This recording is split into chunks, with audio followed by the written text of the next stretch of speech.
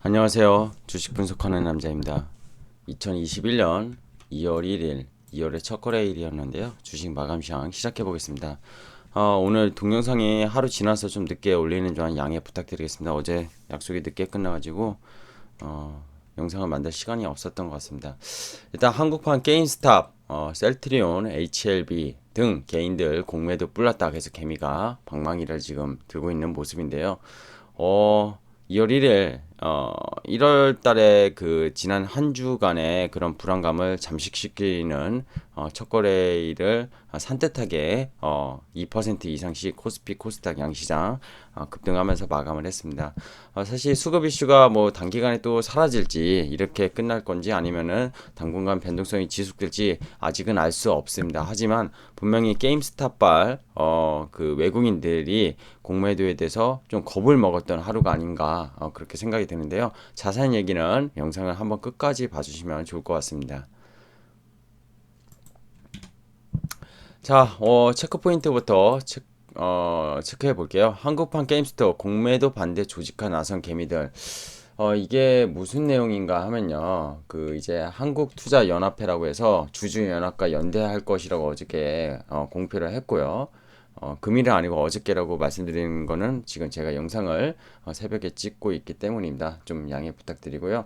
그러니까 한국판 월스트리트 배치죠. 결국에는 게임스탑이 시작한 그 레딧에서 주식 게시판 월스트리트 배치에서 했던 운동을 동학개미들도 지금 이번에 3월 달에 원래 공매도가 그 이제 재개될 그 예정 아닙니까? 그런 것들을 금지 연장을 압박하고 앞으로 공매도를 없애자. 그래서 공매도 잔량이 가장 많은 셀트리온, HLB 주주연합과 연대해서 반공매도 운동을 시작하겠다고 정의정 한국주식 투자자연합회 한투연이라고 하는데요.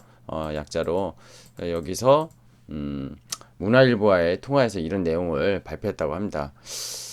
이게 글쎄요, 옛날에 셀트리온이 역시 이런 게 이미 있었긴 했는데 이번에 게임스탑 발로 다시 좀 붉어지는 그런 모습을 보이고 있습니다. 자, 미국 동학개미는 게임스탑에 쏟아부었다. 집센 엘돈까지. 이게 무슨 말이냐면 우리도 지금 영끌 하는데 그죠?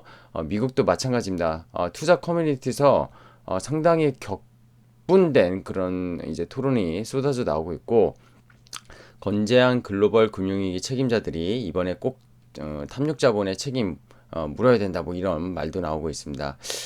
미국의 경제 전문 업체죠. 비즈니스 인사이더라고 하는데 여기서 인터넷 커뮤니티 레딧의 동향을 잘 보여주는 게시글을 선정했었는데 제가 요거를 이렇게 준비를 해봤습니다.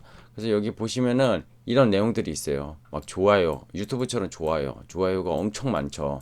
결국 그에서 과거에는 실적이나 M&A 소식이 주가에 영향을 미쳤는데 최근에 이 레딧 결국 소셜 커뮤니티에서 올라오는 그런 것들이 주가의 흐름을 가른다.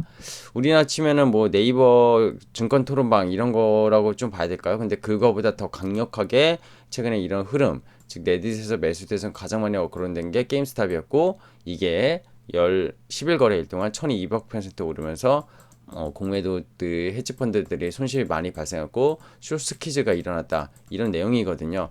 여기 한번 읽어보시면 재밌는 것 같아요. 이게 뭐 일부만 캡처를 한 건데 제가 비즈니스 인사이드가 이런 것들을 선정해서 심지어 올렸다는 거는 정말 시대 흐름이 얼마나 많이 바뀌고 있는지를 보여주지 않나 그렇게 생각이 듭니다.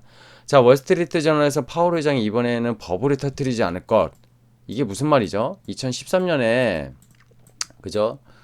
버냉키가 그 잘못은 아닌데 테이퍼링을 12월에 시작할 걸 미리 3월부터 얘기했나요? 그 9개월 전에 얘기해서 너무 빠르게 얘기한 거 아니냐 뭐 이렇게 해가지고 결국에는 뭐 주가가 그때 당시 10% 이상 조정을 받았었고 역시 그때도 무제한적 양적 완화 지금보다 규모는 작지만 이런 것들에 대해서 사실 논란이 여지가 있었죠. 그래서 파월 의장이 얼마 전에도 그 12월에도 그렇고 1월 FOMC에도 얘기하지 않았습니까? 미리 얘기해 주겠다. 뭐 이런 얘기였는데 이번에 버플 터뜨리지 않겠다. 이거는 지금 코로나 국면이 사실 백신이 접종률이 미국이나 유럽 이런 데서 상당히 올라가고 있음에도 불구하고 고용이 잡히지 않았거든요. 고용이 잡히지 않았고 지금 얼마 전에 그 재무부 장관에 임명된 옐런 같은 경우에도 결을 똑같이 맞추면서 지금의 부채가 심각한 건 알고 있지만 이거를 제대로 된 경제 회복을 이루기 전에 금리 인상을 시킨다는 거는 사실 어렵다.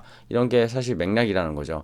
이런 것들을 월스트리트 저널에서 잘 보도를 하면서 지금 뉴욕 증시의 주가 수익 비율이 물론 25배, PR이 25배까지 올라가 있는 상황이지만 이런 부분에 대해서 너무 걱정하지 않아도 된다. 이런 약간의 주식시장의 긍정적 그런 분석을 내기도 했습니다. 자, 중국 제조업 지수가 어제 PMI가 7개월 만에 최저로 발표했습니다. 어제 한국 PMI도 발표했는데 한국은 상당히 좋게 나왔고요. 중국이 전월 대비 떨어졌거든요. 그 이유로는 뭐 신종 코로나 바이러스 감염에 대한 재확산 이런 걸로 분석이 됐다고 합니다. 지난달 53회였거든요. 근데 이제 20년 12월에 53이었고 이번 1월에 51.5로 좀 떨어지는 그런 모습을 보였습니다. PMI가 다 아시겠지만 경기 동향을 파악하는 지표죠. 기준선이 50이에요, 50. 그래서 기준선 50을 상회했기 때문에 경기 확장 국면은 맞는데 지난달보다 좀 떨어짐으로써 조금 이제 중국에 대해서 경기 확장 기대감이 꺾이는 거 아니냐 이런 분석도 나오고 있습니다. 자, 중요한 뉴스예요. 이거는 삼성증권 내용인데요.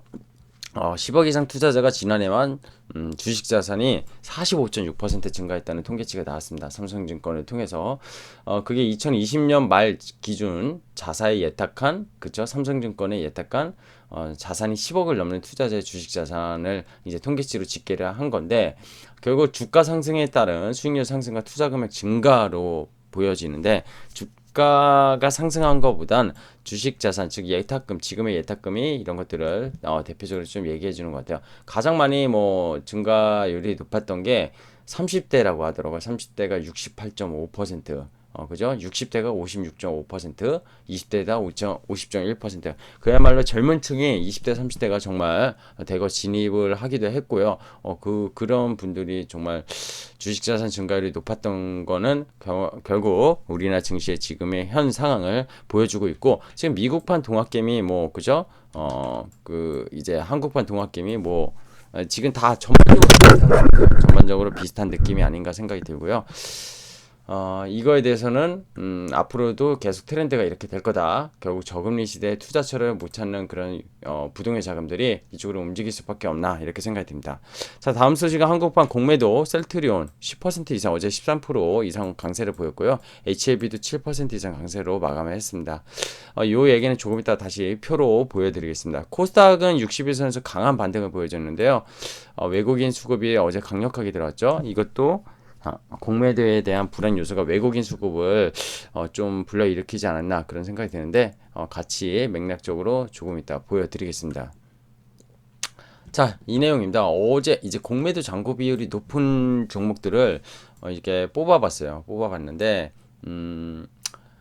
어떤가요? 지금 어제 셀트리온 14% 올랐고요. 아까 말씀드린 HLB가 7%, 그죠? 뭐 많이 오른 것들이 이런 것들이 있어요. 국일제지 이런 것도. 근데 공매도 잔고 비율 높은 기업을 결국 시크릿한 거 아니냐?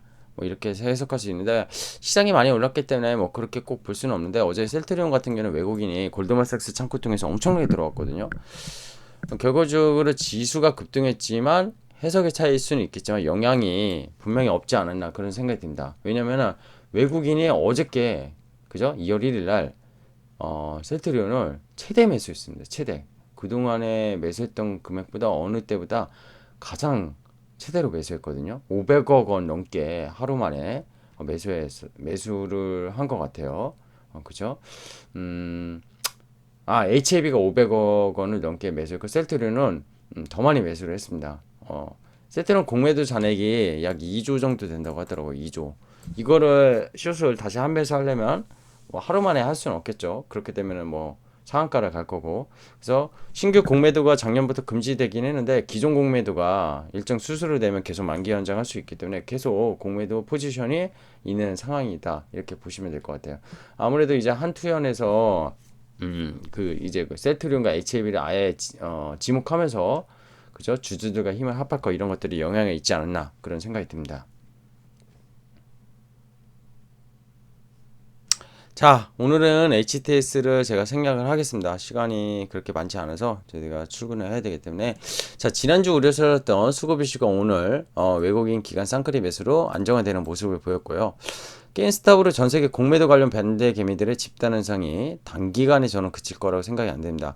물론 좀 전에 마감한 나스닥 지수에서 게임스탑이 20% 이상 또 하락을 했는데 이 수급이 뭐 일시적일 이제 꺼지게 되면은 다시 증시는 수급이 안정화가 될 거라고 저는 오히려 긍정적인 멘트를 드리고 싶은데 어쨌든 헤지 펀드들이 이번에 큰 타격을 입었기 때문에 앞으로 공매도 전략이 비용 대비 공매도가 비용이 엄청 높거든요. 차입해 가지고 어쨌든 매도를 때리는 것 때문에 그래서 리스크가 더 커질 것을 사례되면서 앞으로 이 전략이 신규 헤지펀드들이나 원래 헤지펀드들의 주 전략에서 어떻게 변화될지도 상당히 기추가 주목되고 있습니다.